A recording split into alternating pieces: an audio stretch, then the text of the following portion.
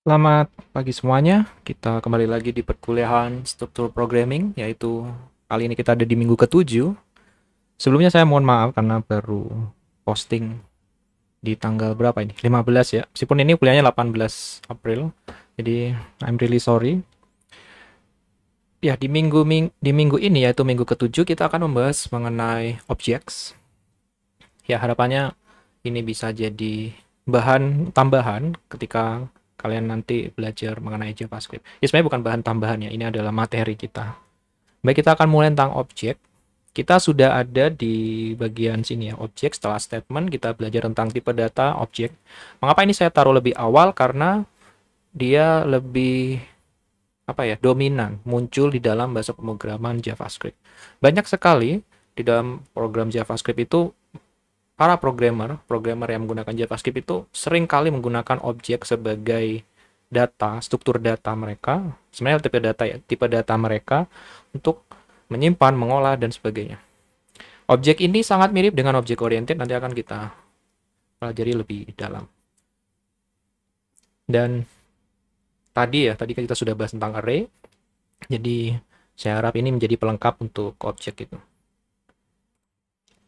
Topic of discussion untuk minggu ini sebenarnya ada banyak, jadi objek mulai dari motivasi, kenapa sih kita butuh objek, kemudian definisi, lalu cara membuat objek dengan JavaScript, lalu manipulasi. Jadi kalau kita menuliskan suatu program, kita selalu ingin tahu cara membuatnya. Jadi apapun itu, objek, bukan objek saja ya. Misalnya array, misalnya statement, atau tipe data yang lain. Misalnya nanti ada tipe data waktu, tipe data, apalagi ya, gambar mungkin.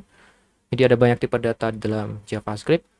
Itu hal yang paling ingin kita ketahui adalah bagaimana membuat things itu, objek itu.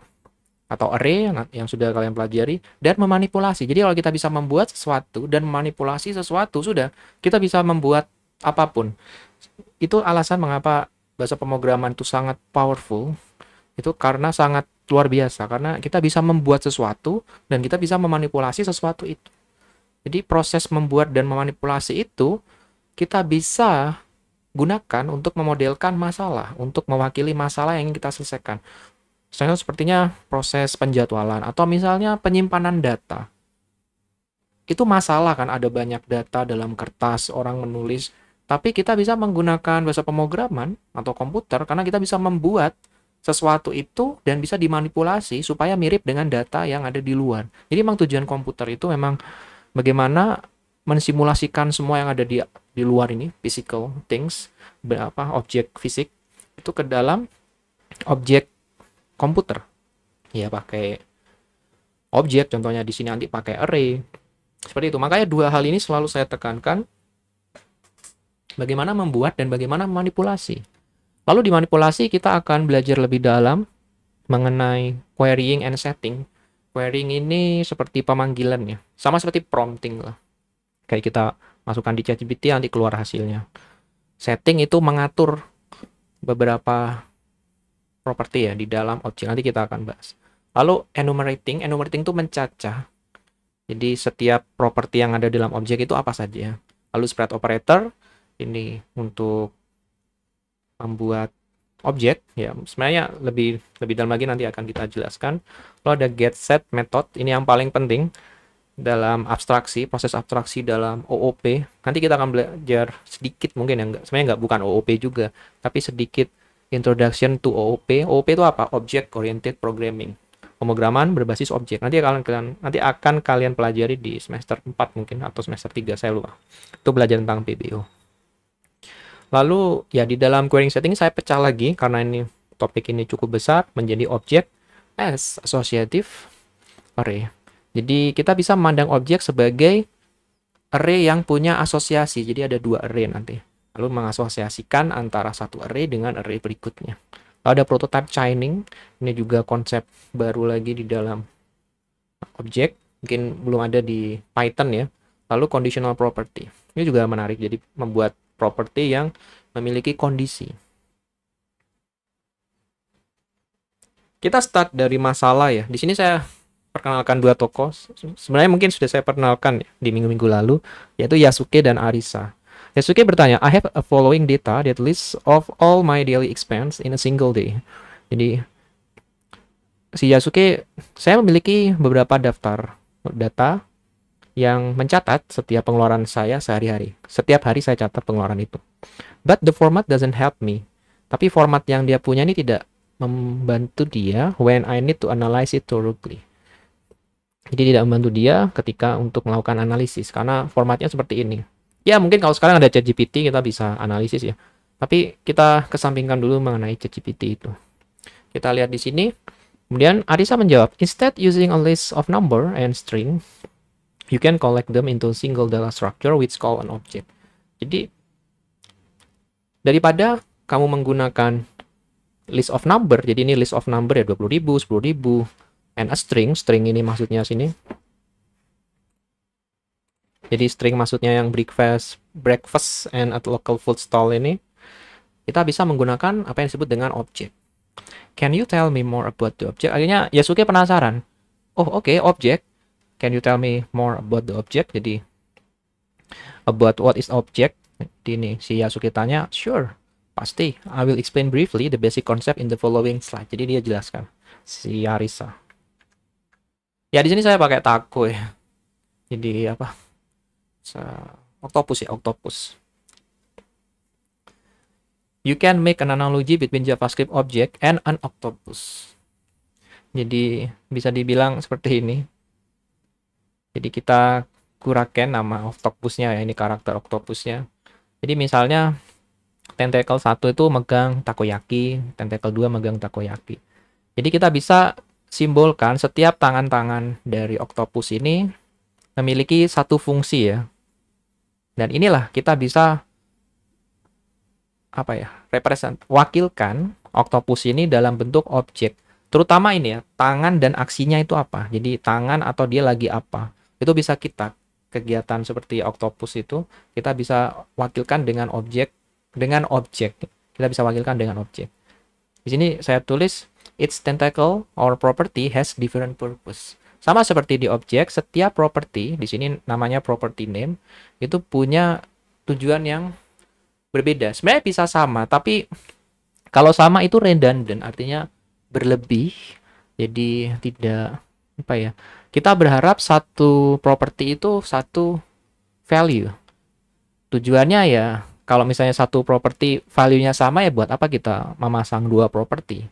Property ini sifatnya dari tentacle tuh. Jadi misalnya ada dua tentacle terus fungsi dari tentacle ini ternyata sama, tidak mubazir ya istilahnya.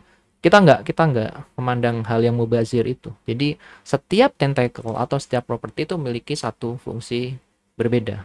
Itu tujuan dari objek. Di sini bentuk dari objek itu ada kurung kurawal. Nanti akan saya jelaskan di slide berikutnya. Lalu ada property name sama property value. Ini mirip seperti dictionary di Python.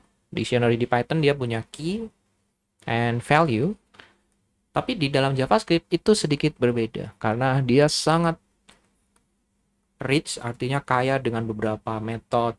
Jadi tidak sesederhana di Python. Jadi kalau ingat objek, ingat octopus saja. Oh, setiap properti di dalam objek itu memiliki fungsi yang berbeda-beda. Yang kita bisa. Jadi sini misalnya tentacle 1 itu saya tulis dalam bentuk string, tentacle 3 and 8. Jadi tentacle 3 dan 8 itu saya bisa tuliskan dalam arm ini ya. Jadi dalam fungsi. Jadi setiap tentacle 3 sampai 6 itu saya bisa simbolkan kita bisa arahkan ke fungsi. Kita bisa arahkan dia untuk memanggil fungsi. Seperti ini. Kemudian JavaScript object ke pertama, you can store all the information about Yasuke daily expense. Jadi kita bisa balik lagi di masalahnya Yasuke, kita bisa simpan data-data Yasuke itu. Kita bisa simpan dalam hal yang simple ya, seperti ini di sebelah kiri. Oke, day 1 itu Monday March 20. Jadi kita simpan, hari pertama Monday.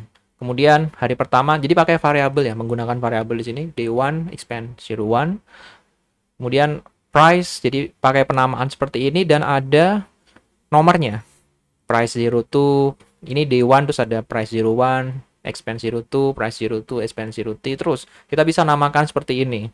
Ini list ini berlanjut sampai semua data itu terkumpul atau terwakili ya, sampai semua data itu terwakili.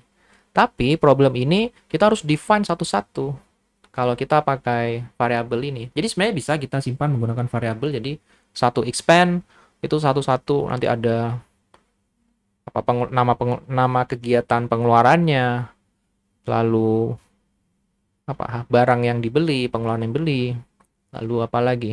Ya nanti sama itu, expense, price terus. Nanti ada D2, expense, price. Sebentar, ini kayak ada yang keliru saya. Sebentar ya, saya skip dulu. Oh, oke. Oke, nanti akan kita susun. Sebenarnya ini saya harusnya taruh di atas ini. Cara penyusunan ini.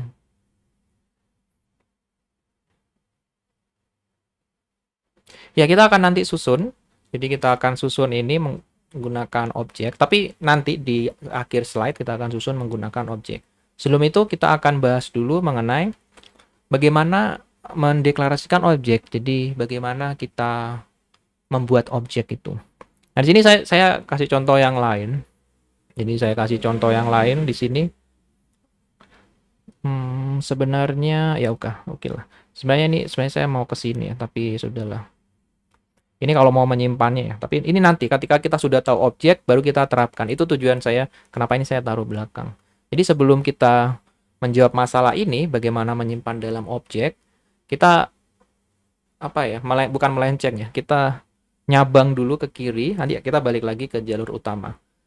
Di sini ada contoh bagaimana mendeklarasikan objek.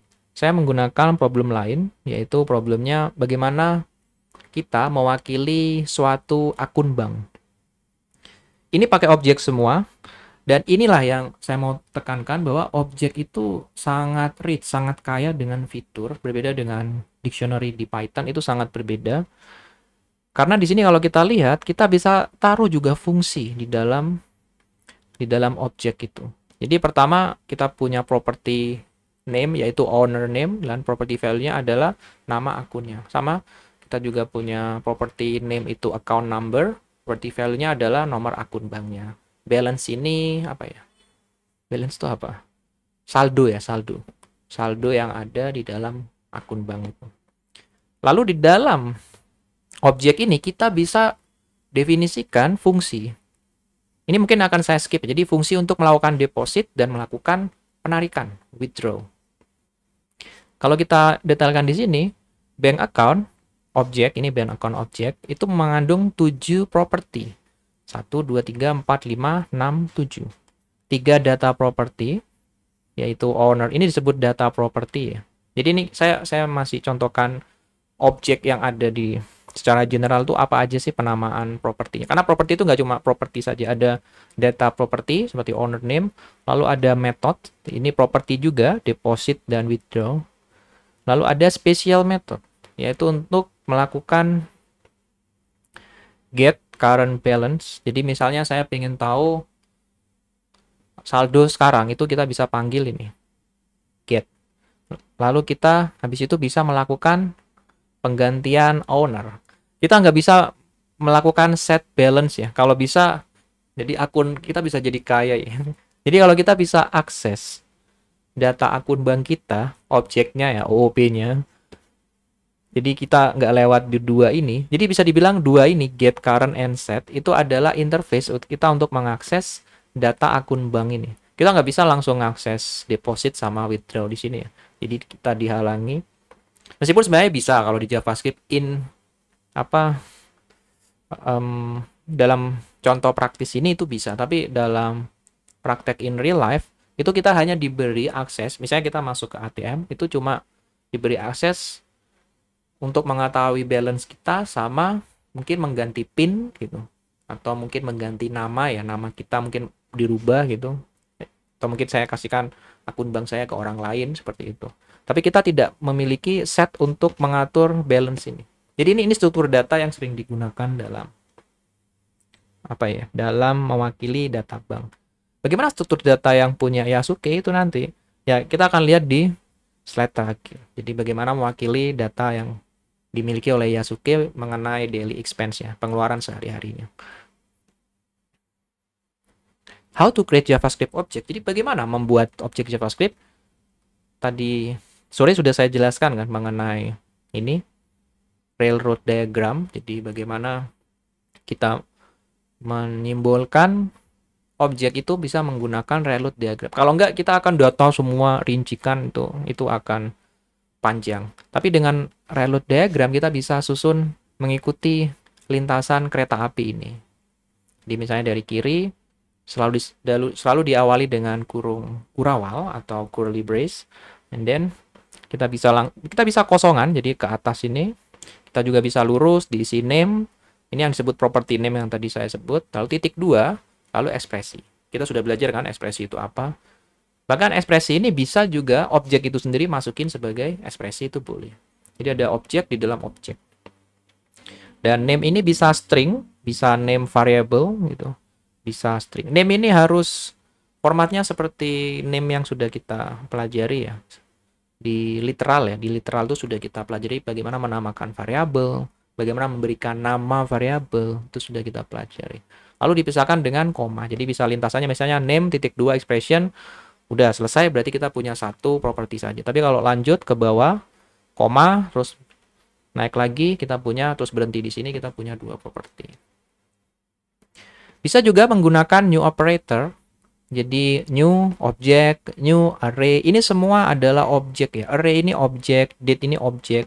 Objek yang secara spesifik untuk digunakan dalam mewakili tanggal. Map ini juga, ini objek digunakan untuk mewakili, bukan peta ya. Atlas itu bukan.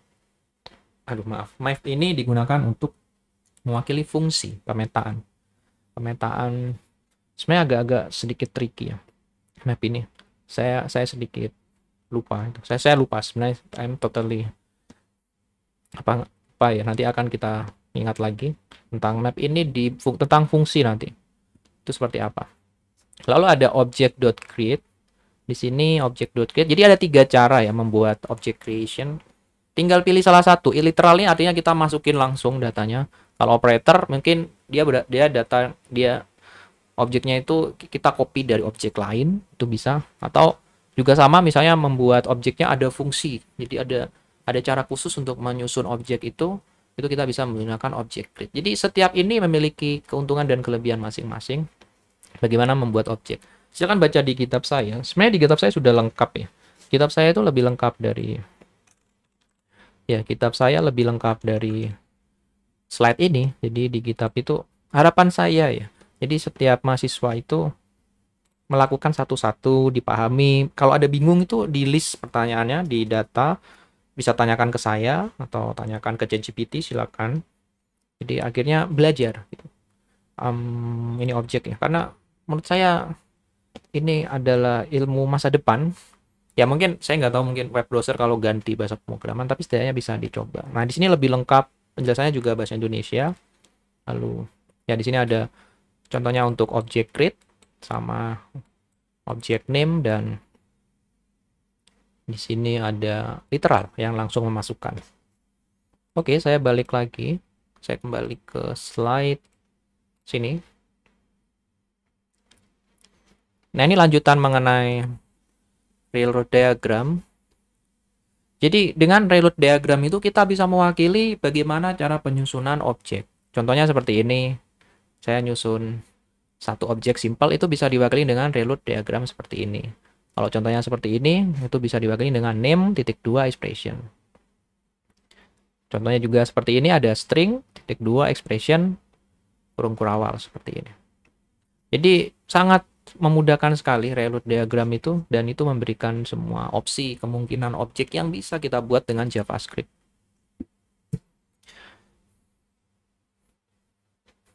Dan ini possibility yang lain. Jadi kalau kita lihat di sini name terus titik 2 banana ya, versi pertama. Kemudian dia muter lagi masuk ke string Latin name ini ya. Titik 2 ekspresinya apa? Yaitu nama Latin name-nya apa? Bahasa Latinnya. Kemudian koma lagi masuk name titik 2, kemudian ekspresi lagi. Ingat, di sini name bisa string, bisa name seperti ini ya. Jadi anggap ini seperti nama variabel gitu. Dan ini nama variabel ini adalah lokal, jadi nggak akan keluar scope-nya terhadap objek. Jadi ini di dalam objek ini, scope. Scope ini jangkauan ya, jangkauan dari nama variabel. Ini contohnya lagi, ketika kita membuat objek dengan objek create, itu ada sedikit hal yang perlu diperhatikan, apa yang disebut dengan inherit. Jadi pewarisan. Dan di sini kalau kita lihat semua objek yang sudah kita contohkan, new object, new array, new date, new map, itu sebenarnya dari objek besar. Kalau mau tahu dari JavaScript, semua hal yang ada di dalam JavaScript itu adalah objek sih. Kalau kita boleh bilang JavaScript is a object. Dia OOP sih memang. Semua data struktur yang kita punya itu adalah objek sebenarnya. Ya mungkin ada yang tidak setuju dengan statement saya, tapi ini yang saya pelajari. Tapi kalau mungkin ada yang tidak setuju, saya sebenarnya ingin tahu juga bagaimana argumennya gitu. Tapi di sini yang saya pelajari yaitu semua objek itu berasal dari apa yang disebut dengan objek prototype. Jadi ini adalah objek yang generik, artinya umum, dan dia kita turunkan nanti. Jadi ketika kita buat objek, kita bisa ambil dari sini. Misalnya nanti kita mau bikin objek apa ya? Objek yang isinya itu mungkin sebentar, objek yang tadi ya account itu bukan kartu kredit. Yang account bank tadi itu kita bisa bikin objek, kita turunkan dari objek prototype. Terus kita bikin namanya bank account gitu, prototype bisa juga. Itu mengapa kita bisa membuat bahasa di dalam JavaScript. Jadi kita bisa buat bahasa yang berbasis pada JavaScript. Sama sebenarnya bahasa-bahasa lain tuh berbasis pada C++ atau bahasa C. Dan semua bahasa di dunia ini itu berbasis pada assembly, bahasa assembly. Jadi semua berbasis pada bahasa. Karena semua yang kita lakukan ini harus dikonversi ke bahasa mesin. Kenapa tujuannya seperti ini? Tujuannya memudahkan. Karena kita nggak mungkin setiap mau bikin objek date kita harus bikin spesifikasinya dulu, enggak kan? Kita bisa langsung sudah ada yang membuat. Itu tujuan dari bahasa pemrograman, kita tidak perlu tidak perlu menyusun lagi, tapi kita perlu tahu itu asalnya dari mana. Ini salah satu contohnya yaitu O2. Di sini O2 itu objek tuh. Ini nama bebas ya. Objek create null kosongan, objek yang kosongan. Terus objek create objek prototype. Oh, di sini Arisa ngomong apa nih? The object O3 inherit all the property. O3 ya di sini ya. Property from object prototype. Jadi kalau misalnya di object prototype ini ada property lain, itu akan diwariskan di O3. But the object O2 doesn't inherit. Ini penting. Misalnya saya mau buat objek yang mungkin saya akan contohkan. Maksudnya seperti ini. Bisakah saya close dulu ini? Ya, saya contohkan, saya pakai Node.js saja ya. Jadi saya contohkan objek inherit ya, .js. Nah, kita bisa buat tadi let O2 ya, let O2 object create null. Saya nggak tahu di sini bisa nggak ya. Ya, kita coba lagi. Terus let O3 object create, kita turunkan dari objek yang besar namanya objek prototype. Kalau kita print console log O2, yang sini console log O3. Situ kita coba Node ya, Node.js, obj, nggak bisa, saya harus masuk minggunya dulu. cd week 7, salah, week 7, node apa nih, obj inherit. Ya, di sini objek null property dia tidak ada sama sekali. Ya, ini agak susah. Sebentar, saya butuh di, ya kalau di Node.js mungkin nggak kelihatan sih. Jadi kalau kita coba di konsol sini harusnya kelihatan. Kalau kita coba di konsol sini, declare. Jadi misalnya tadi let o2 object create null. O2 sendiri itu isinya kosongan, jadi nggak ada propertinya, nggak ada apa-apa. Tapi kalau let o3 object create, kita turunkan dari objek prototype. Nah, di sini O3 akan mewariskan semua properti di sini. Objek prototype itu apa? Adalah objek yang masih umum. Kayak obat itu obat generik ya, yang bisa menyembuhkan banyak penyakit. Sama di sini objek yang umum artinya bisa digunakan untuk membangun objek-objek yang lain. Bahkan kalian mau membuat objek array bisa. Meskipun sebenarnya array objek itu sudah ada ya. Atau objek yang lain tuh bisa. Dan itu perbedaan membuat objek create null sama objek. Kalau misalnya kosongan bagaimana? Misalnya O4 ya, let O4 object create. Ya tidak bisa, harus diisi ya. Kita mau bikin objek buat objek kosongan.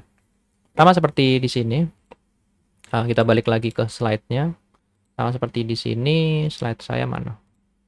Oh, nih, di sini ada 3 cara kan, ada object create, ini ada objek null sama objek prototype. Ini berbeda. Kalau yang null ini, atau juga bisa pakai create ini, objek create terus diisi semua datanya, property name, property value, atau yang menggunakan null, kosongan, tidak ada property name atau property value. Kalau yang objek prototype itu kita inherit semua yang ada di atasnya. Jadi kalau misalnya kita juga bisa membuat array create, itu bisa. Jadi akan inherit, mewarisi dari yang ada di atas. Sebentar, kayak saya buka lebih dari 2 ini. Terkait filenya, satunya di mana ya?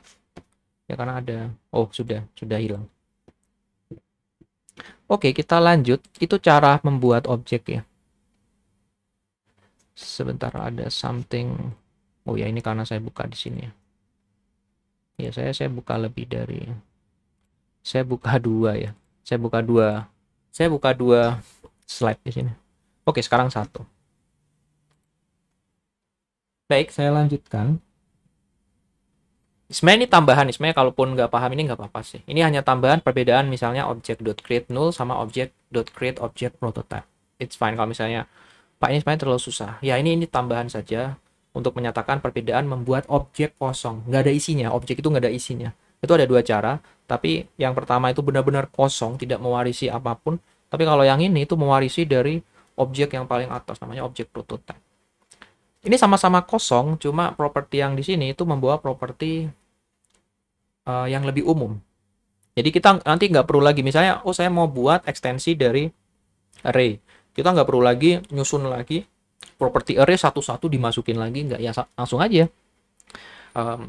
Buat dari array, nanti kita apa yang perlu diekstensi, apa yang perlu diubah propertinya, itu kita sudah tinggal ganti saja. Jadi nggak perlu nyusun array lagi dari awal, terus tambahi sifat yang mau kita buat di dalam objek itu. Itu tidak perlu kalau mau menggunakan seperti ini. Misalnya kita buat objek dengan tujuan membuat objek yang ekstensi atau perpanjangan dari objek prototype. Nah, itu kita pakai yang O3 ini. Tapi kalau yang null, kita benar-benar kosong, nggak ada apa-apa di situ. Terus kita mau isi objeknya. Ya, in general kalau data kita kosongan, nggak ada apa-apa, kita nggak mau melakukan operasi, kita pakai yang O2 di sini. Ya, seperti itu. Seperti itu sebenarnya, sangat simple ya. Cuma mungkin ini tambahan saja. Baru kemudian kita bisa taruh data Yasuke. Karena kita sudah tahu objek ya, ada property value. Kita bisa taruh data Yasuke. Dan habis itu, manipulating object. Sebenarnya masih panjang. Kita bisa taruh data Yasuke. Jadi kita day1, setiap harinya itu day1, masukkan date. Kemudian expand price, terus masukkan di sini. Ini sebenarnya bisa expand ya. Jadi bisa expand apa, price-nya apa. Tapi saya pengen jadi satu kesatuan. Artinya saya pengen jadiin satu breakfast pasangannya apa, transportation pasangannya apa, lunch pasangannya apa. Dan ini akan didiskusikan di perkuliahan berikutnya. Tapi kan karena ini saya sudah mengajar yang minggu 9, jadi kita sudah belajar tentang 2D dimensi ya. Jadi ini kan array 2 dimensi. Ini pun bukan cara satu-satunya yang mewakili ini. Bisa ada yang cara lebih baik. Oh, misalnya Pak, saya mau langsung semuanya gitu. Jadi day 1 ini jadi key, nanti ada objek lagi dalamnya, bisa gitu. Jadi nggak hanya harus ada satu cara untuk menyatakan menggunakan objek. Habis itu Yasuke, bagaimana kita manipulasi? Karena dia mau melakukan bagaimana cara manipulasi. Karena dia mau melakukan analisis terhadap datanya. Jadi dia harus tahu memanipulasi data-data di dalamnya. Akhirnya dia tanya ke Arisa, how gitu. How do we manipulate them? Ya itulah adalah topik berikutnya. Ya di sini ini waktu itu makanya di sini ada quote ya. Kenapa sih kita butuh belajar manipulating? Tuh saya penasaran, bisa nggak zaman itu waktu itu tahun 2023 ya. 2 tahun yang lalu tuh saya penasaran tanya ke ChatGPT itu. Bisa nggak bikin quote tentang manipulating object? Oh, bisa ternyata. Nah, di sini dia cerita the magic of creation lies not just in the act of making something. Jadi memang magic itu apa? Bukan sulap sih, magic ya. Creation. Jadi keistimewaan membuat itu adalah bukan hanya terletak pada pembuatan itu, tapi bagaimana proses untuk mengubahnya menjadi sesuatu yang eksepsional. Ya contohnya ada orang punya barang, oh saya hanya punya emas nih, tapi ada orang yang bisa mengolah emas itu jadi perhiasan. Bahkan ada yang lebih canggih, emas itu jadi komponen dalam elektronika. Nah itu adalah proses of transforming. Sama seperti, oh objek kayak gini doang ya, oke objek sederhana kayak gini doang. Tapi ada orang ngelihat, oh saya kayaknya bisa pakai objek ini untuk mewakili data ini. Oh saya bisa pakai untuk ini. Oh bahkan saya bisa pakai untuk misalnya hacking. Kalau ternyata pakai JavaScript, dia pakai objek. Oh ternyata saya paham, saya bisa manipulasi objek saya sehingga dia bisa jadi program. Ya itulah yang dimaksud dari quote ini. Dan ini juga yang akan kita pelajari bagaimana memanipulasi objek. Ada berapa tekniknya ya? Sama seperti yang di array yang sudah saya jelaskan tadi sore. Di sini juga ada querying property, setting property. Jadi bagaimana querying itu apa ya bahasa Indonesianya? Sebenarnya mengambil nilainya. Pengen tahu nilai dari property name itu apa? Itu querying properties. Lalu ada menghapus, extending, menambahkan lagi property, enumerating, mendata semua propertinya, membership, testing, artinya melakukan pengecekan apakah properti ini sudah termasuk di dalam objek ini. Lalu ada setting property, misalnya mau mengganti. Ini sama seperti writing ya kalau di array. Kita bisa mengganti ini. Kemudian ada object method, sama seperti di array. Tadi ada object method, bagaimana a method to set behavior of an object when interacting with string. Ya, ini untuk saya lupa ini penggunaannya. Nanti akan kita lihat di slide berikutnya. Jadi sebenarnya di GitHub ada nggak ya? Di GitHub saya yang saya buat sebentar. GitHub saya mana? Oh ini saya close dulu. Ya, sebenarnya ada property itu ya di sini. Di bawah ini ada extending, serializing. Oh ini yang toString ya, toString, ini toString sama value of ya. Ya value of sama toString. Jadi mengubahnya menjadi string. Objek itu kita ubah menjadi string. Sama ingin tahu value of-nya apa. Ini dua ini adalah metode yang penting di objek. Nanti kita akan coba. Sebenarnya mungkin sudah kalian coba ya di praktikum. Saya harap dicoba. Saya harap dicoba dan dimahami. Baik, kita balik lagi ke slide-nya.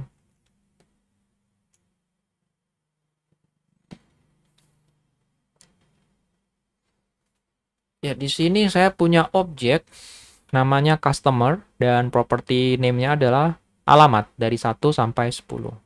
Lalu kemudian setiap alamat ini punya value. Punya property value adalah nama jalannya atau alamatnya ya. Jadi ada satu-satu ya. Jadi setiap ini kita nggak mungkin alamatnya sama mewakili address. Ya bisa mungkin kalau orangnya berbeda. Tapi kita anggapannya di sini semua unik. Semua adalah berbeda, saling berbeda satu sama lain. Dan di sini kita akan belajar mengenai object as associative array. Jadi kita bisa ubah ini objek sebagai associative array. Asosiatif itu apa ya? Bahasa Indonesianya asosiasi. Jadi apa? Saya kurang tahu bahasa Indonesianya. Jadi di sini kita bisa wakilkan objek itu sebagai associative array. Jadi kita punya index, kita punya dua array. Nanti array satu itu adalah property name-nya, array yang kedua adalah property value-nya. Sebenarnya benar ya, saya lupa. Operation as index. Oh ya, we can use any expression as index. Ya, ini adalah kelebihan dari objek. Jadi objek itu adalah perluasan dari array. Kalau array ya kita sudah pelajari itu adalah spesifik, indeksnya adalah integer.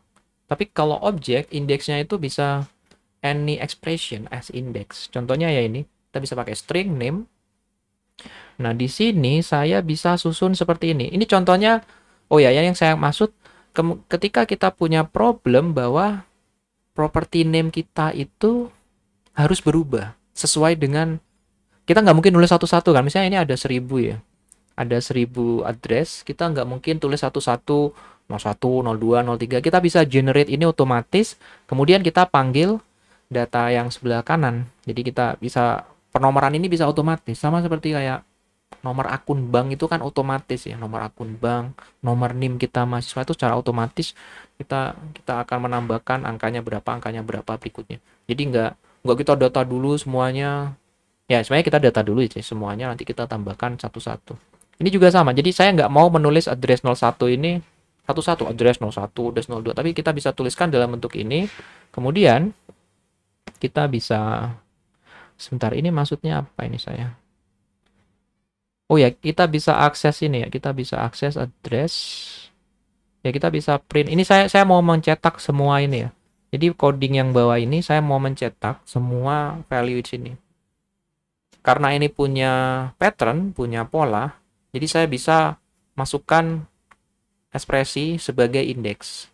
Itu mengapa objek itu bisa dibilang sebagai associative array. Artinya ya ada dua array sebenarnya. Array yang satu adalah untuk key-nya, array yang kedua itu untuk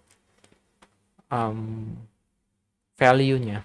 Dan array yang pertama itu bisa kita otak-atik nilainya, ekspresinya di sini. Nah, ini sebagai apa yang disebut dengan objek associative array.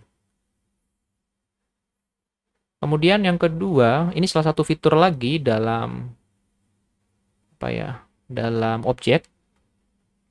Jadi yang pertama kita buat objek lagi namanya grandfather ya. Terus dia punya buku jumlahnya 1. Kemudian saya bikin objek lagi father ya. Terus pakai objek .create, kita turunkan inherit ya. Kalau pakai .create terus kita panggil grandfather, itu inherit dia. Jadi semua yang ada properti di grandfather dia akan turunkan di father. Kemudian kalau kita ubah father.computer sama dengan 2, itu yang terjadi dia akan menambah. Jadi father ini nanti akan punya book.1 dan father komputer.22.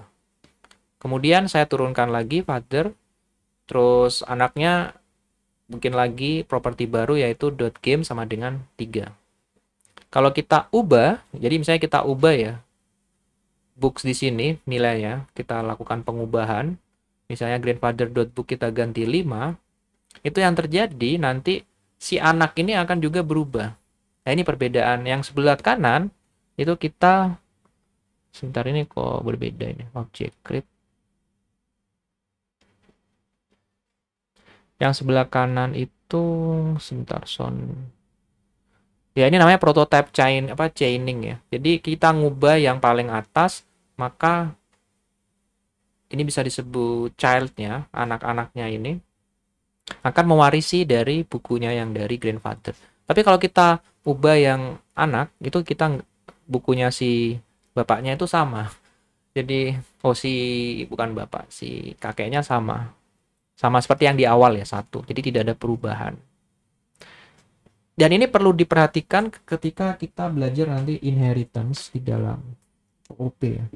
Jadi kita ubah, bahkan gini, kita misalnya mengcopy banyak properti ya. Dan itu kalian harus pahami.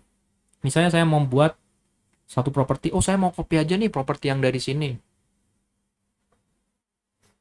Tapi saya lupa ternyata properti ini itu berkaitan dengan properti sebelumnya. Oh maaf, objek ini berkaitan dengan objek sebelumnya.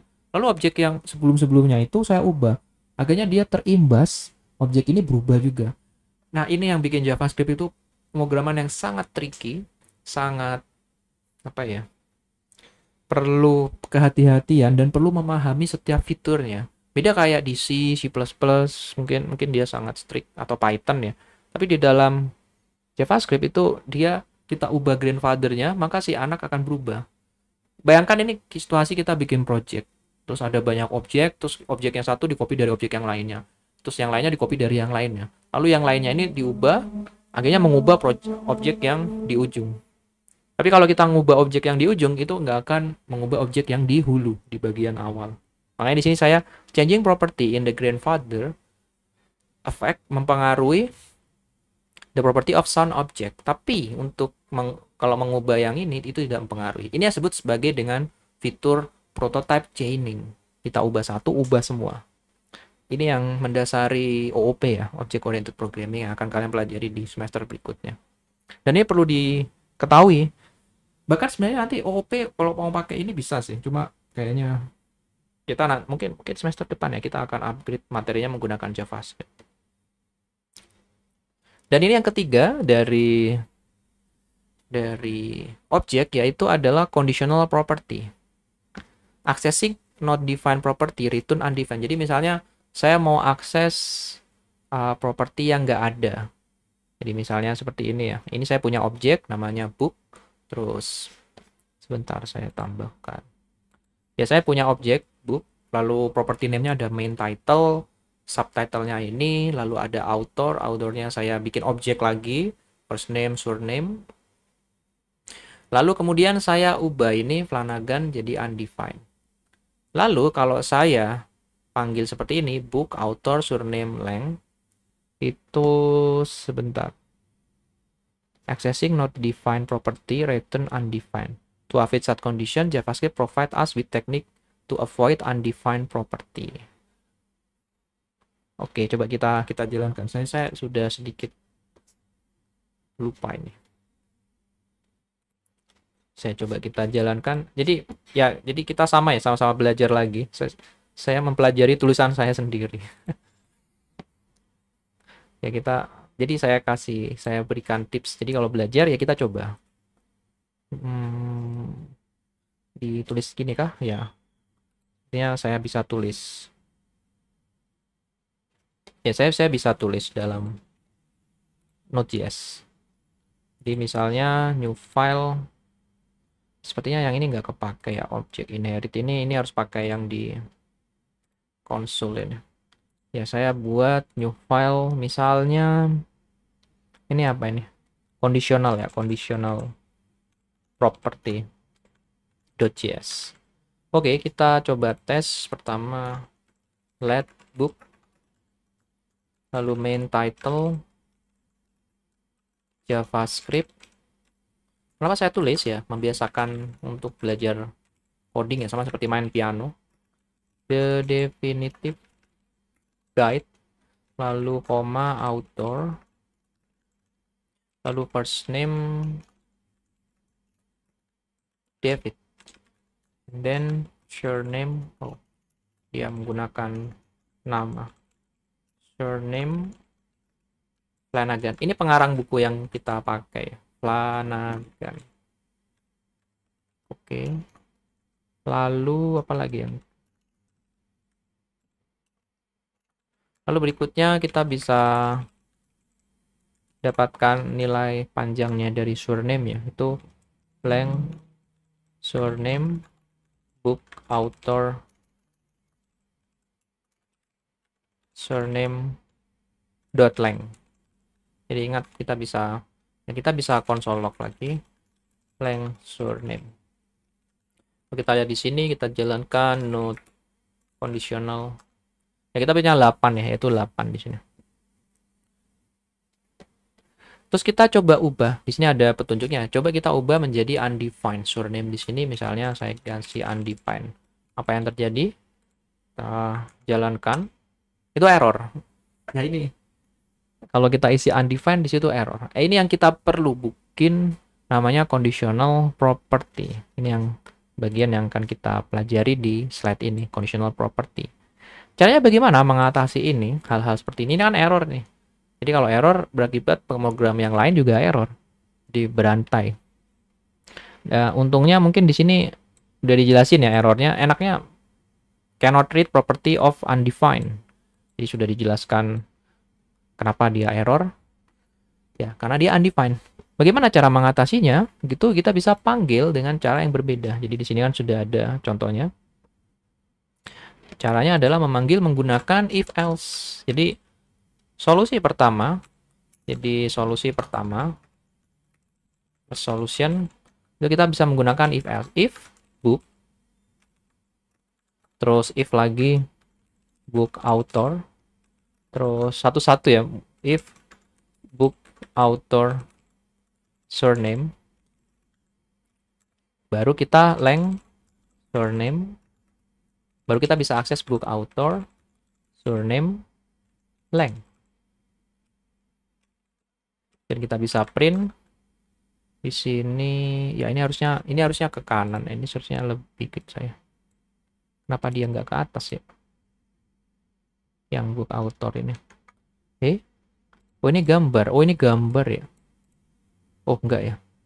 Oh di sini dia. Codingnya sebentar. Ini kotaknya biarin situ.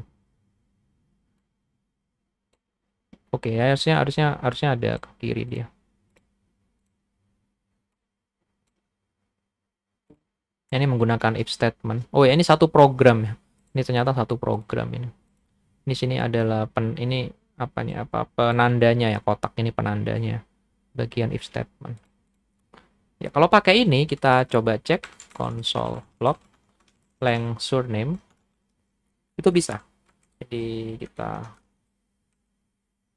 jalankan lagi note. Itu bisa hasilnya apa? Undefined. Kalaupun kita isi balik lagi menjadi Flanagan, itu juga bisa. Jadi tidak mengubah apapun. Flanagan itu juga tidak mengubah apapun. Jadi ada 8 karakter di sini. Ya, seperti itu. Tapi kalau undefined, kita bisa dapatkan undefined. Kalau langsung diakses seperti ini, ya kita nggak bisa. Jadi langsung diakses ini fail. Kemudian opsi kedua itu lebih elegan lagi. Itu menggunakan short circuit yang sudah saya jelaskan if else di pertemuan sebelumnya tentang ekspresi. Itu bisa menggunakan short circuit. Jadi solusi kedua menggunakan short circuit.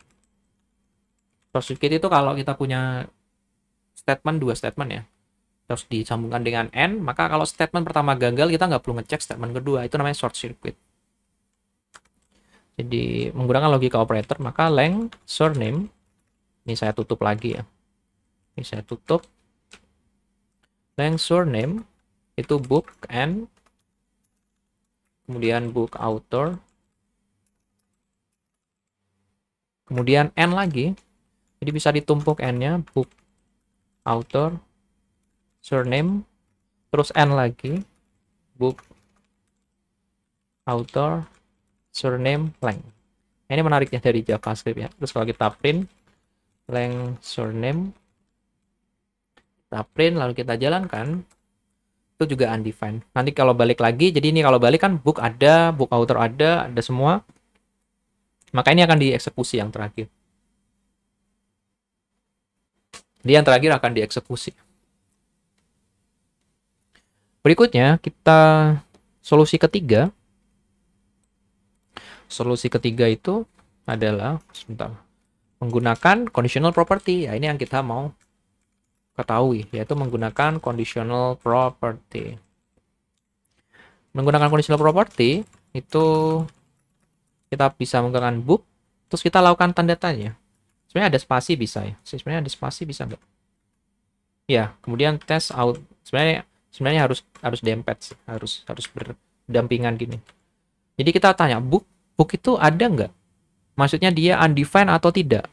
Seperti itu. Kalau iya, maka lanjutkan cek lagi author undefined atau enggak. Jadi ada namanya operator tanda tanya titik ya.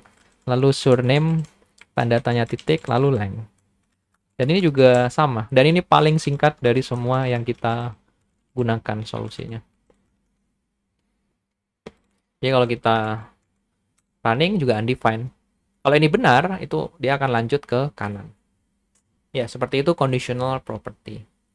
Jadi, untuk mengatasi hal-hal yang seperti ini, kalau misalnya ada satu data itu undefined. Misalnya ada data nggak ada yang ngisi kan, pegawainya.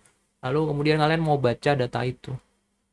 Tapi ya ini hanyalah kasus yang ada di JavaScript ya. Mungkin kalau di bahasa pemrograman lain mereka punya mekanisme untuk melakukan error handling, jadi bagaimana penanganan kesalahan.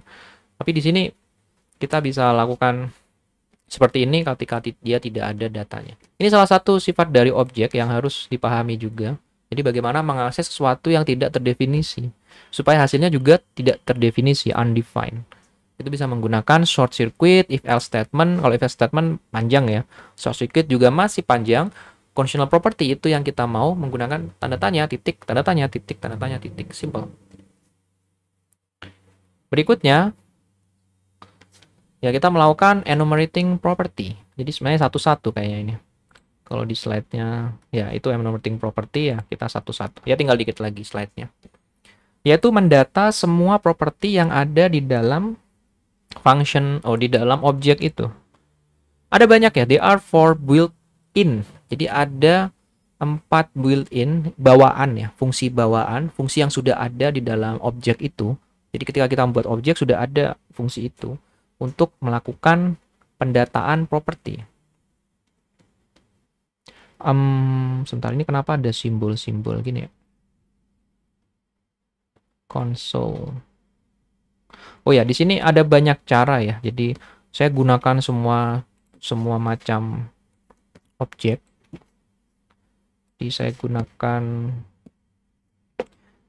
Sebenarnya kalian bisa jalankan di browser, bisa juga ya kalau mau ketik aja Node di sini, nanti itu akan masuk ke dalam ya ini program Node di dalam sini. Itu bisa, ini mirip seperti Node yang dalam DevTools kita yang ada di web browser tuh sama. Nah, misalnya saya ketik di sini juga ya. Jadi saya nggak buat file, tapi sebenarnya yang bagus memang buat file ya. Juga saya buat file, kita quit ini kayak gini kan? Quit. Exit ya. Ini nggak bisa. Ya Control D sih kalau pengen cepet.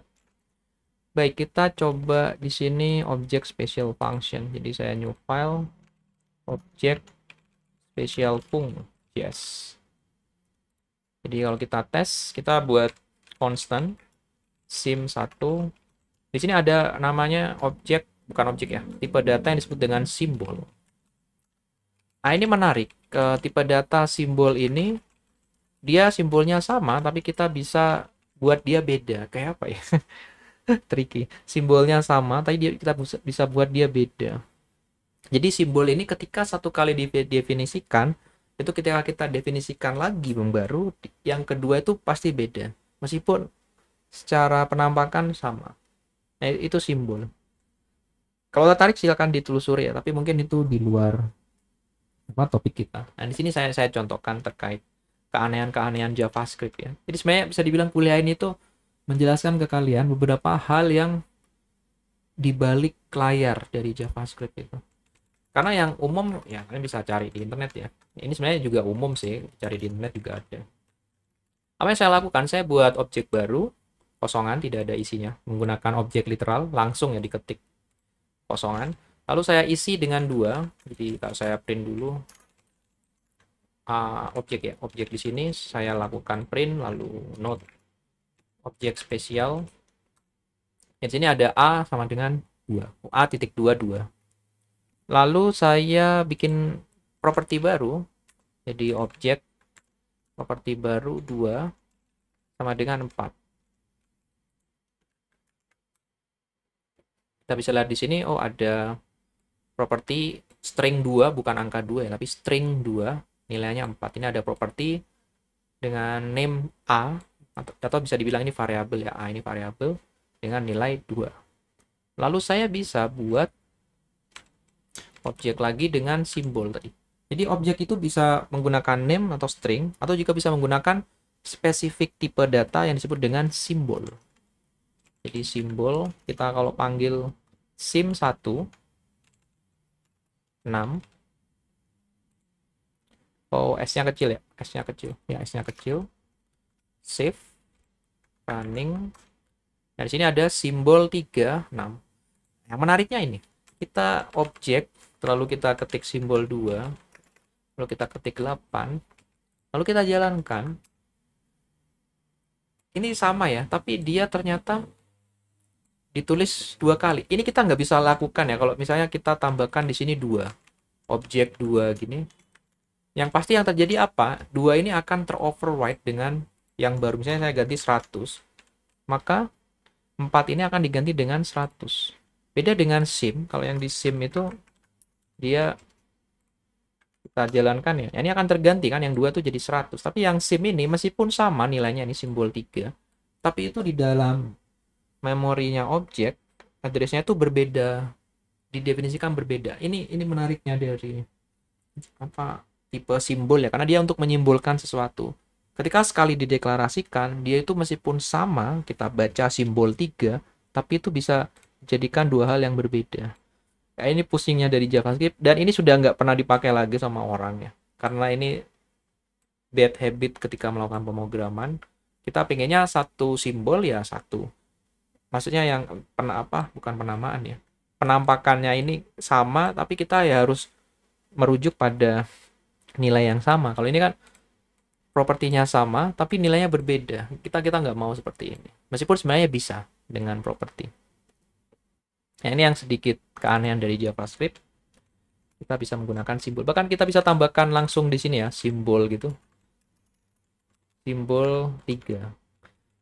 Nah, itu mengapa di pertemuan sebelumnya saya nggak jelaskan tentang simbol, karena kita bisa lihat penerapan simbol ketika kita sudah membahas tentang objek. Di sini kita bisa gunakan simbol sebagai property name untuk objek. Lihat di sini ya, ini simbol 3 semua. Ini sebenarnya nggak boleh kalau bukan nggak boleh ya. Ini nggak akan terjadi kalau menggunakan name A atau string 2. Jadi kalau kita misalnya kita coba objek, kita pakai misalnya A lagi ya, 100, maka A yang 2 di sini akan berubah jadi 100. Jadi kalau kita cek, ya jadi 100, bukan lagi 2. Tapi kalau pakai simbol, itu 6 ini tidak akan berubah jadi 8. Jadi ini akan disimpan semua 3-3-nya. Ya itulah keanehan JavaScript. Dan kadang kayaknya sudah jarang ya. Kayaknya udah jarang orang pakai simbol sekarang. Orang sudah pakainya ya name. Makanya di dalam reload diagram tuh kita cuma ada 3 kan. Oh, ada 2. Name sama string. Name itu yang ini. String itu yang ini. Kemudian kita bisa main-main lagi ya. Jadi saya hapus ini. Kita bisa main-main. Misalnya saya mau dapatkan semua. Oh, di sini sudah ada saya print ya. Saya mau dapatkan semua objek keys. Dia kata pakai objek keys. Kita pengen dapatkan semua property. Dia nyebutnya key juga ya. Saya nggak tahu kenapa tidak konsisten. Harusnya prop gitu ya. Nah, di sini dia akan kok sebentar kok ada sedikit. Ya ini property ini saya tutup dulu. Saya jalankan lagi. Ya, propertinya ada 2, yaitu 2 dan A. Jadi properti ini nggak dihitung. Simbol-simbol ini nggak dihitung. Tapi kalau kita pakai misalnya console log object get own property name object, itu akan di print sama juga. Jadi sama juga 2A. Tapi kalau mau menghitung yang simbol, jadi kita bisa juga object get own property symbol object. Nah, itu baru keluar simbol saja. Tapi kalau mau semuanya itu pakai own key di situ. Console log. Itu perbedaan memanggil properti ya. Enumeratingnya ada 4 macam ya. 4 macam pengambilan properti. Objek, kalau kita lihat di sini, something's wrong. Oh, menggunakan reflect ya, bukan objek. Jadi nggak ada.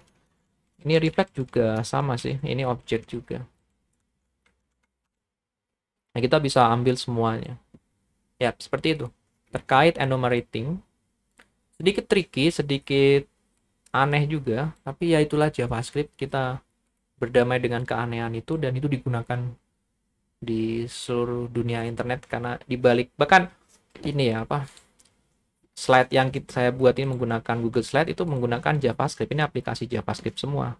Kalau kita lihat di sini, kita lihat headnya itu, ini ada script semua di sini. Ada JS, mana lagi ya script di sini. Pasti ada programnya sih. Nah ini programnya, intinya yang ada script di sini, script. Ini ada JS programnya dari apa? Dari ini yang saya gunakan. Ya ada banyak sih programnya, bahkan ada program di dalam program lagi. Data, wah ini keren sih. Apa? Bagaimana Google itu buat aplikasi. Ini pakai JavaScript juga sebagai front end-nya, dan kita bisa lakukan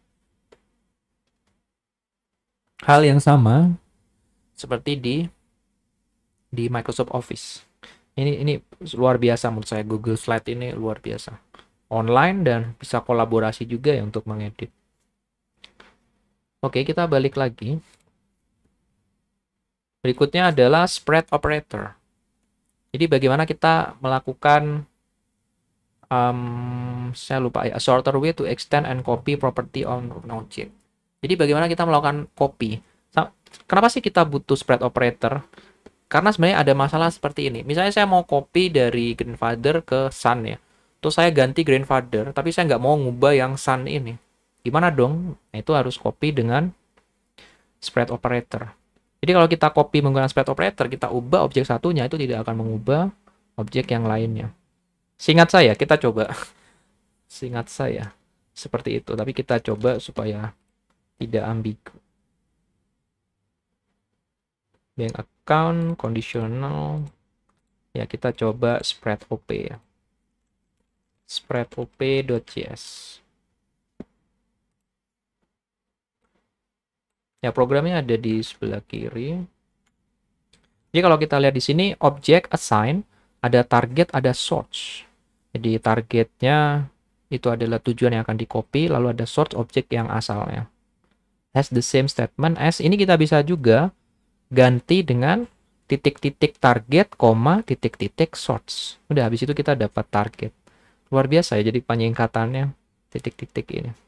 Nah, kita coba buat dari data portofolio ini ya. Let portfolio. Ini portfolio saham. Portfolio source. Terus ada portfolio target. Lalu kemudian portfolio source. Portfolio source itu saya isi dengan BMRI. Itu harga sahamnya 200. Lalu kemudian portfolio target.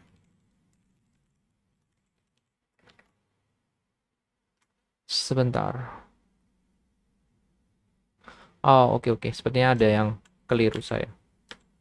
Bukan slide-nya ya, slide-nya benar. Tapi penjelasan saya ada yang keliru tadi. BMRI 80 Telkom lalu 100. Kalau kita coba ya, portfolio target, kita pakai titik-titik, portfolio target, koma, titik-titik, portfolio source. Apa yang terjadi? Console log portfolio target. Nah, kita coba print ke bawah. Console, print note ya, note spread operator. Yang terjadi, kita akan membawa BMRI itu ke dalam sini. Jadi kita lihat di sini ya. BMRI ini akan terupdate dengan BMRI di sini. Dan ini sangat menarik, kenapa? Kita bisa update objek itu tanpa harus, jadi tanpa harus kita, misalnya kita, ada objek baru nih datang. Terus saya pengen update objek yang lama ini. Ya sudah, kita bisa pakai spread ini. Kita tidak perlu, objek yang baru datang ini property name-nya apa. Lalu kemudian cek property name ke yang target. Kemudian di-scan pakai find gitu ya. Find, kemudian habis itu diganti nilainya dengan property dari source. Itu bisa, itu cara manual. Tapi di sini ada cara yang lebih elegan, itu menggunakan titik-titik seperti ini. Ya, di sini saya banyak menjelaskan shortcut ya. Ya tapi seperti itulah dunia dunia JavaScript. Dan contoh berikutnya itu kalau kita balik ya. Jadi konsol ini itu kita balik. Sebentar, benar kah? 200 100 ya. Kalau kita balik apa yang terjadi? Jadi misalnya yang saya mau lakukan itu targetnya ini saya balik, yang di sini source. Lalu yang di sini target. Apa yang terjadi? Yang terjadi adalah di sini saya tidak memunculkan hasilnya ya. Yang terjadi adalah terupdate bagian sebentar BMR ini akan terupdate dia nggak jadi 100. Oh, menarik. Jadi BMR itu nggak jadi sebentar portfolio target, ini source, ini target. Oh, targetnya udah berubah sih. Ya, saya harus reset dulu bentar. Ya, ini kenapa saya di coding itu tulis 2 kali karena supaya reset ya. Jadi 180 BMRI-nya. Jadi BMRI ini akan diganti dengan 180, kemudian 120 akan masuk dan Telkomnya akan masuk sebagai tambahan di source ini. Nah, itu perlu diperhatikan ya, ini arah dari mana? Arah dari ini ya, source sama target. Jadi mana yang mau kita update itu yang kita taruh pertama di sini. Properti mana yang mau kita update. Ini sangat simpel daripada kita akses properti yang baru datang ini source. Kita cek indeks property name-nya apa, value-nya apa, lalu property name-nya kita scan satu-satu, kemudian cek, oh property name-nya ada nih, habis itu kita update. Itu too much, terlalu banyak cara itu. Kita bisa menggunakan titik-titik ini. Ini sangat elegan caranya. Saya nggak tahu kenapa ini ditemukan di JavaScript, tapi ini sangat elegan caranya. Transfer some portfolio stock to another portfolio. Looks at the property of the various partition. Terus, can you fix the code to update by summing the same property? Maksudnya apa? Oh ya, mungkin menariknya gini. Bisa nggak kita menggunakan ini? Jadi kalau kita update, itu ini sama ini nambah gitu. Jadi bukan replace, tapi nambah. Nah, ini pertanyaan saya di sini. Waktu dulu ngajar di angkatan 22 kayaknya. Jadi bisa nggak? Ada yang bisa kah? Itu untuk melakukan fixing. Jadi bukannya replace, tapi summing. Jadi melakukan penjumlahan. Nah, itu menarik, kita bisa update langsung jumlahnya. Misalnya kayak, oh, apa ya, coding yang di bank account itu, yang bank account tadi, kita bisa misalnya deposit, dia langsung otomatis menggunakan ini spread operator. Ya, itu pertanyaan tambahan sih kalau ada yang tertarik pengen mencari tahu gitu. Ya, silakan coba di kelas. Pak, oh saya tahu Pak. Ya, silakan jawab ini. Oke, berikutnya habis kah? Oh, berikutnya tinggal special method. Jadi di special method ini adalah bagian terakhir dari objek. Sebenarnya ada banyak objek itu. Ini adalah bagian terakhir di dalam get and method, get and set ini. Jadi ini adalah special method yang digunakan sebagai interface antar muka atau apa ya? Apa bahasa Indonesia? Ya, bahasa saya interface antar muka. Jadi digunakan sebagai akses untuk user mengotak-ngatik data objek itu. Jadi kita nggak bisa langsung otak-atik data dari deposit dan withdraw. Misalnya saya, oh oke, saya mau ganti balance, ya sudah, kita tinggal bank account dot balance. Meskipun bisa sebenarnya. Apa kita update gitu. Tapi tujuan dari adanya OOP, kita memberikan batas akses. Kita tidak bisa akses balance ini kalau nggak lewat get and set. Makanya di sini ada suatu properti spesial dari objek yang digunakan untuk mengotak-ngatik, mengubah dari data property. Jadi properti yang tipe data ya, itu menggunakan get and set. Caranya sederhana, ya kita tinggal bikin function dulu, nanti function ini memanggil function di dalam objek itu. Kemudian set juga sama. With these two special method, we can restrict how user interact with our data. Jadi kita nggak bisa otak-atik balance. Itu kalau bisa. Jadi mungkin kalau kalian hacker itu, terus kalian tahu objek dari akun bank gitu. Akun bank, terus tahu cara aksesnya, gonta-ganti balance-nya. Karena kita nggak akan dikasih akses langsung ke banknya itu. Yang kita dikasih akses kayak ATM itu, kita hanya dikasih akses untuk masukin uang, misalnya mau deposit atau withdraw saja. Kita nggak ada dikasih akses untuk langsung akses data kita di bank, langsung kita akses bagian data properti ini. Nggak. Kalau itu bisa, ya itu menarik sih. Bahkan saya pun nggak tahu struktur datanya kayak apa, apakah pakai objek atau pakai apa yang lain, kita nggak tahu. Ya itu bisa kalau tahu, tapi pasti bank itu punya istilahnya clearing ya.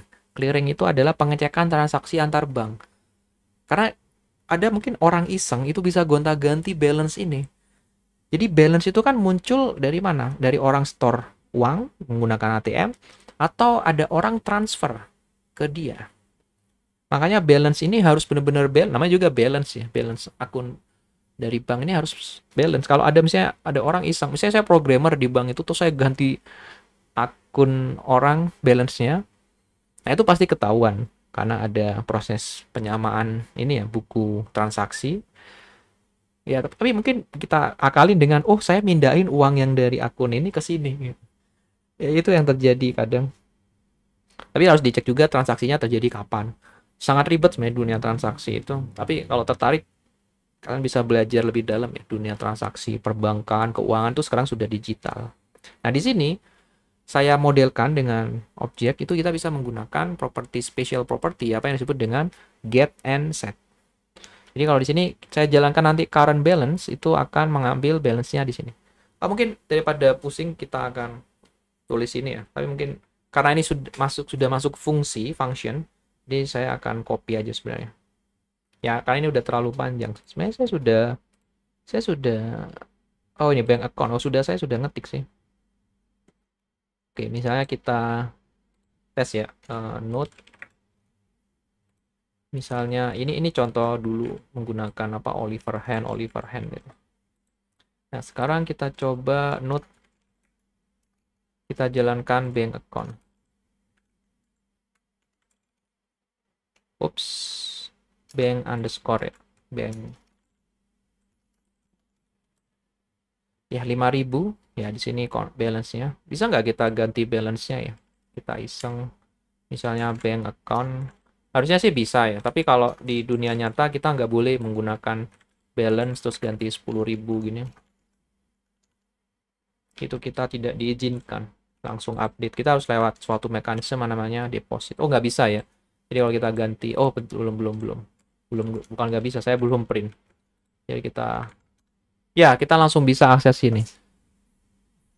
Yang jadi pertanyaan, bisa nggak ya saya membatasi akses ini? Saya belum cari tahu sih. Jadi kita harus ketika melakukan pengubahan balance itu harus melewati namanya deposit. Jadi ada proses masukin uang.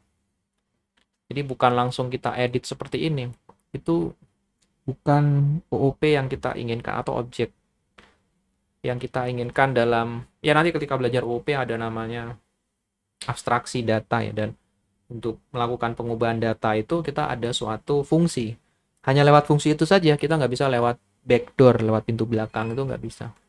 Ya tapi ini bisa lewat backdoor sih. Harapannya ini nggak terjadi. Oke, ya ini sementara dulu ya. Kemudian kalau kita ganti set owner name ya bisa berubah juga. Terus set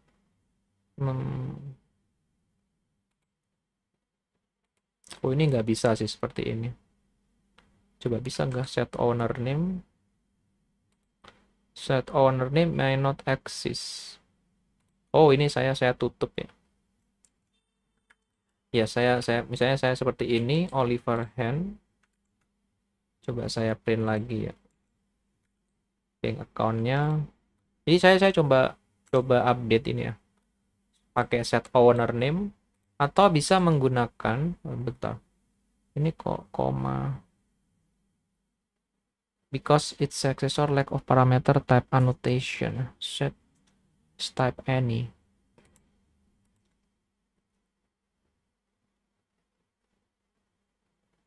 Ya ini harus ada tipe datanya sih. Quick fix kayak apa? Oh, ya agak ribet, ada parameter seperti ini. Ya, abaikan dulu. Ya ini sebenarnya tambahan saja ya untuk di OOP. Saya nggak terlalu ingin menjabarkan lebih detail karena nanti harus tahu seperti inheritance, harus tahu seperti apa data abstraction. Jadi bagaimana kita mewakili data, lalu kita pengen melakukan pengubahan dan pengeditan data itu melalui suatu interface. Ya, nanti akan dibahas di OOP ya. Jadi di sini hanya sedikit tentang apa set owner current balance ini. Jadi ini adalah fungsi khusus yang kita bisa gunakan sebagai interface untuk mengedit nilai dari properties ini. Kenapa sih kok ribet Pak, kok nggak langsung balance? Ya tujuannya supaya ada proses tambahan, ada seperti apa ya, firewall lah gitu. Tapi sebenarnya bukan firewall juga, ada pembatas. Jadi kita bisa kendalikan si user ini mengakses data kita. Nah, itu penting karena kalau user bisa mengakses semua data kita, ya habislah perusahaan kita. Jadi kita batasi aksesnya. Sama seperti kita akses Facebook atau kalian akses di LMS, kalian nggak punya akses ke dosennya juga. Kalau punya kan kalian bisa ganti semua soalnya semua. Jadi dikasih hak akses. Ya ini terkait JavaScript. Jadi sepertinya dan ini adalah bagian terakhir ya dari objek. Dan berikutnya sudah selesai. Jadi seperti itu terakhir kuliah minggu ke-7 1 jam 15 menit. Sebenarnya masih ada 15 menit ya. Ada pertanyaan, tapi ya karena ini kuliah saya record, silakan tanyakan di grup. Jadi harapan saya sangat berharap ya mahasiswa saya itu benar-benar mencoba aja. Jadi pelan-pelan dipahami. Ya awal-awal berat sih, semua belajar itu berat, tapi saya yakin apa ya, semua orang itu bisa belajar. Jadi saya sangat yakin semua orang itu bisa berubah, semua orang itu bisa belajar, bisa berkembang, bisa bertumbuh lagi kemampuannya gitu. Dan itu harus dilatih, nggak bisa kita sekali baca langsung paham, nggak. Kita saya manusia biasa juga, saya juga tiap hari belajar supaya paham. Karena apa ya, saya sudah membuat materi ini seniat mungkin lah. Saya bukan bikin ini nggak niat ya, ini saya menghabiskan waktu dulu itu sepertinya seminggu untuk menyusun ini. Dan tidak mudah juga menyusun ini dari bukunya Flanagan, karena di buku Flanagan itu ya, karena mungkin buku bahasa Inggris ya, dia tuh banyak bukan skip ya, dia tuh banyak jelasin panjang lebar, tapi kita nggak tahu mau kemana itu. Ya kalau yang di sini kan saya sudah pisahkan, ada bagian-bagiannya ya. Jadi manipulasi kayak apa, saya sudah tampilkan ininya, overview-nya seperti ini.